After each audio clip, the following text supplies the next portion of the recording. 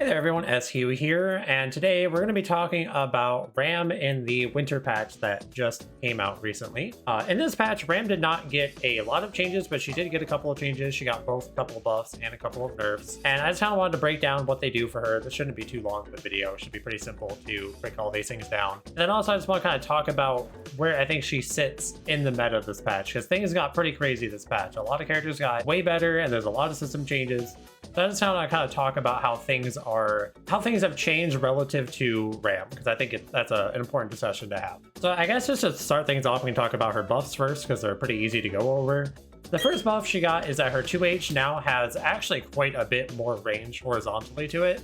Before, her 2H really did not reach very far. It was a very small button, and now they made it much bigger, and what this does is it makes it to where far slash more consistently combos into 2H. Both far slash and 2S will combo into 2H more frequently, which is actually pretty impactful.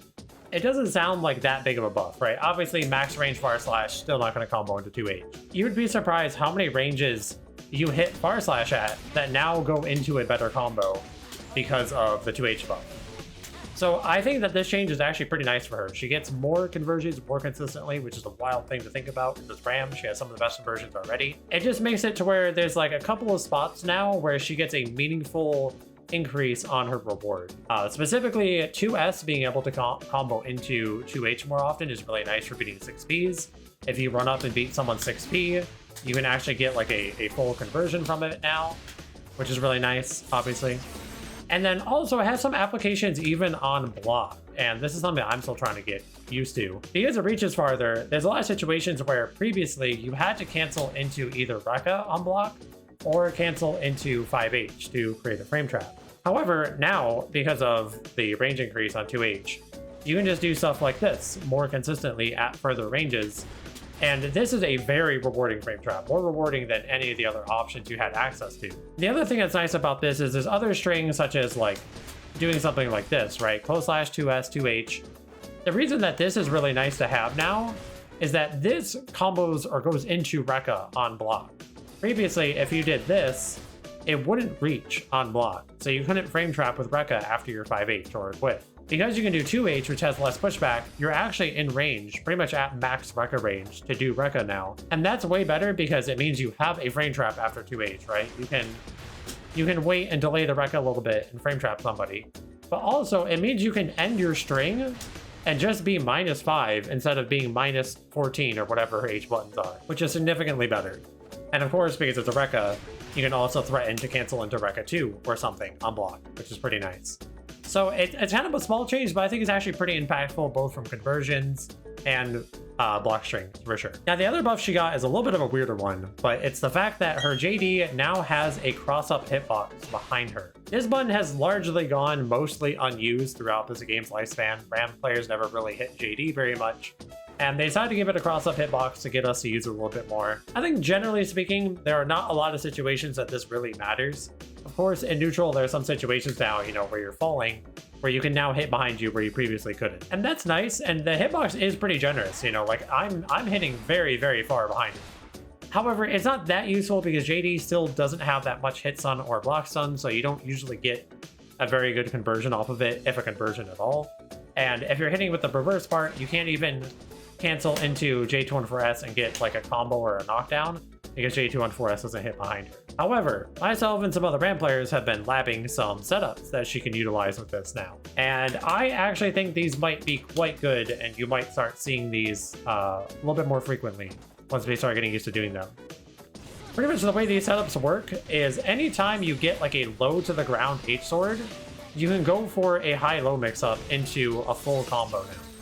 And pretty much the idea behind these setups are the fact that whenever you do the combo and you get the sword toss, it pulls the opponent out of the corner a little bit, so you can steal the corner. And there's a lot of different ways to go about setting this up. We're still trying to figure out all the ways you can do it, what are the best ways to do it. But it allows you to set up these situations where you can go for a kind of a pull-out setup into either a high or low. You go high with JD or you go low with 2K. And this is a very strong 50-50. The JD is a safe jump, it will block DPs, it beats smashing, it beats 6Bs, you can OS backdashes. There's a lot of room to explore this option, and I'm still trying to figure out myself, but it seems pretty promising, and it's going to give Ram more mix-ups and more situations than she's ever had before. So it's kind of niche where she can use it, but I think it's pretty good. Now that's it for her buffs. Those aren't necessarily super impactful, but I do think they're actually pretty good, and they give her some relevant changes to how you can approach playing the character, which I'm appreciative of. She got a couple of nerfs, however. The first nerf is that her Rekkas, both Rekka 1, Rekka 2, and Rekka 3, all three of them just do less damage now. I'm pretty sure it's about 10 less damage per Rekka. This isn't that big of a deal. In fact, when I've tested all of my combos, pretty much every combo does like 10 less damage than it did before. So I don't think this change really matters that much. Something that also changed about them, and this is kind of more of a system change, is that they now have 80 base proration instead of 100. And essentially what that means is that their base damage scaling for the combo that you get off of them is significantly worse than it was before. However, her damage for hitting you with counter hit Rekka is still very high, which I think just goes to show how high her damage off Rekka was before. So if you hit somebody with this, they still take a ridiculous amount of damage. So honestly, it's lower, but you don't really notice. Like, I just did 60%, and that wasn't even an optimal combo, so whatever. It is a nerf though, it's there, it does matter a little bit, but it's not that big of a deal. Now, the other change that she got, this is probably her most impactful nerf, is the fact that Rekka 3 is no longer a hard knockdown.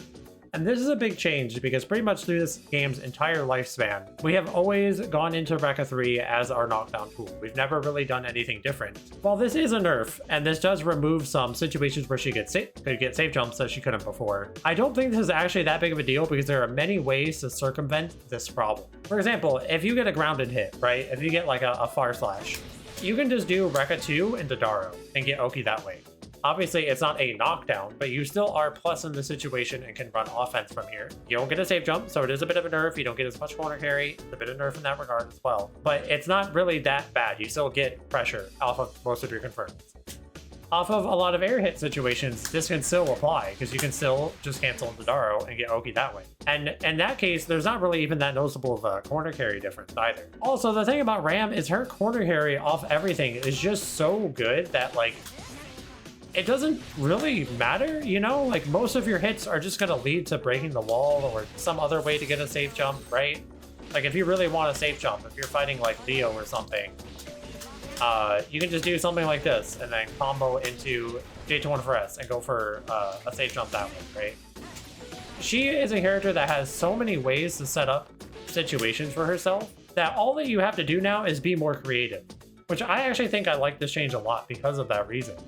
I think Rekka 3 losing the hard knockdown, well, is technically a nerf. I think that it's a good change because it's going to force Ram players to be more creative and lab more situations and more confirms. And also, it's going to create a difference between like the lower level Ram players and the Ram players who really put in the effort to find new routes and find new ways to get knockdowns. Even though it's a nerf, honestly, I've been labbing combos and I have already found combos that are better than what I was doing last patch, even though they technically nerfed damage and whatnot. But I never had to lab them because the Rekka 3 knockdown was just so easily accessible that I never bothered. So it's kind of a weird situation where I feel like it's kind of a brain buff to Ram players, even though it's technically a nerf. Yeah, that's pretty much it for her direct changes. Overall, I don't think she's really buffed or nerfed. I think she's just kind of in the same spot.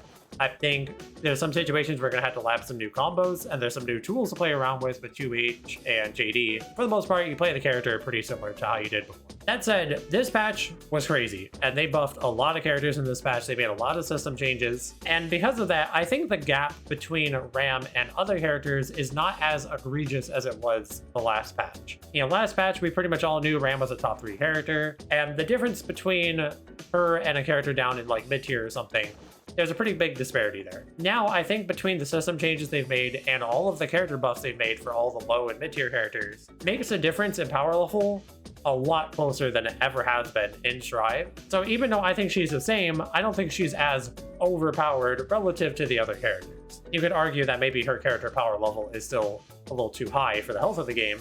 That's a different discussion.